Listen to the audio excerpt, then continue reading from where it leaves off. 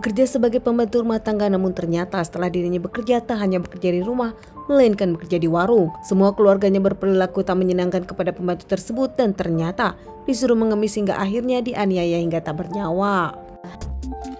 Kejadian kisah nyata yang aku ceritakan kali ini terjadi di Kota Padang. Seorang wanita kerja di majikan namun nampaknya kurang beruntung, tak hanya kerja menjadi pegawai rumah tangga, namun dirinya pun diperkos, bahkan dihabisi dan dimakamkan tanpa sepengetahuan keluarga sendiri. Seorang wanita bernama Nyimas berusia 21 tahun. Nyimas sendiri berasal dari Muara Bangau. Usai lulus SMA dirinya mencari pekerjaan menjadi pembantu rumah tangga.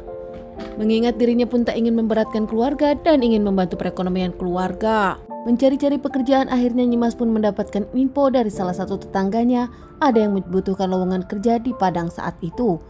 Nyimas pun tak lama melamar dan akhirnya Nyimas pun diterima di Kecamatan Kuranji, Padang. Dengan uang seadanya, Nyimas datang ke rumah yang membutuhkan calon pembantu tersebut. Bahkan dirinya pun langsung bertemu dengan calon majikan bernama Deswanto 32 tahun. Saat itu di rumah tersebut ada Deswanto dan juga ibu Deswanto bernama Sri Hamdani dan sang istri bernama Nanda Kurnia Putri. Bahkan di rumah tersebut pun ada seorang lelaki yang tinggal di sana, saudara dari mereka bernama Sopyan. Saat itu Nyimas disambut baik oleh mereka, berharap Nyimas pun betah dan menganggap keluarga dengan baik.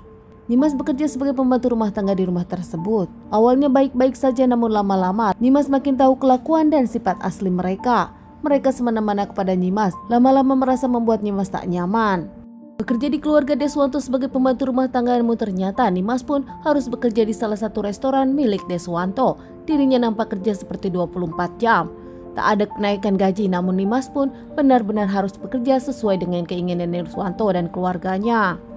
Nyimas yang tak bisa pergi mendapatkan ancaman dari Deswanto. Nyimas sendiri bahkan tak bisa protes, tak bisa kabur dari sana. Nyimas diperlakukan seperti budak. Gaji Nyimas bahkan harus mengganti warung sepi. Saat ada pelanggan, gaji Nyimas sendiri dipotong untuk mengganti uang Deswanto. Deswanto yang stres belakangan warungnya sepi pun melakukan kekerasan kepada pembantunya Nyimas. Apapun yang dilakukan Nyimas selalu salah. Tak hanya Deswanto, ternyata istri dengan ibu Deswanto pun melakukan penganiayaan kepada pembantu rumah tangganya. Bahkan tak hanya itu, Nyimas sendiri diperkos oleh Sopyan di rumahnya di depan mereka. Mereka seakan tak peduli Sopyan memperkaos Nyimas dan mereka bahkan menontonnya. Seperti keanehan di keluarga mereka, Nyimas pun nampak tersiksa namun tak bisa berbuat apa-apa.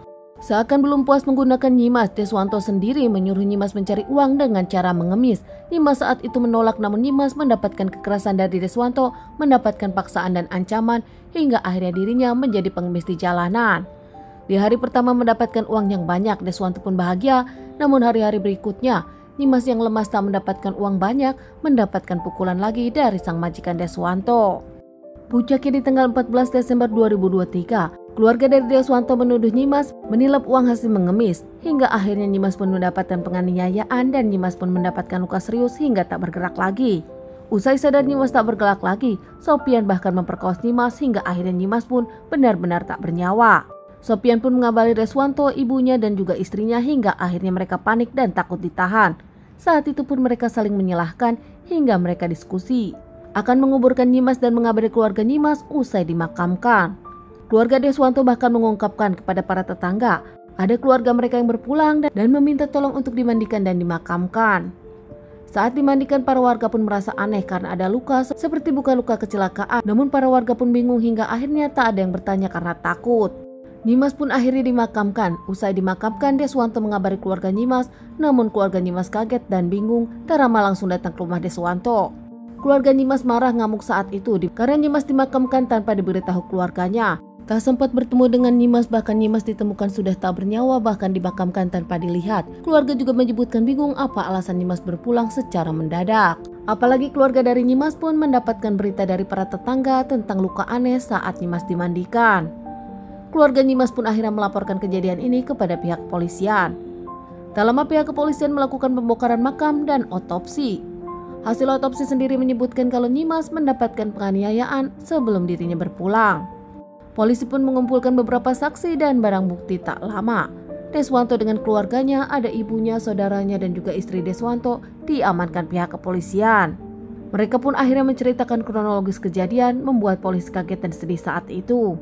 Diamankan dan disidangkan hingga mereka terancam hukuman seumur hidup. Keluarga Nyimas bahkan tak menyangka sang anak Nyimas yang mencari uang untuk keluarga namun mendapatkan penganiayaan dari majikannya sendiri hingga akhirnya berpulang tanpa bertemu keluarga. Jasad Nyimas sendiri dikembalikan ke keluarga dan dimakamkan di pemakaman keluarga. Nyimas dimakamkan dengan tenang oleh keluarganya. Teman-teman, sekian dulu bahasan kasus yang aku bawakan kali ini. Semoga ini bisa dijadikan pelajaran untuk kita dan ditunggu bahasan kasus-kasus selanjutnya.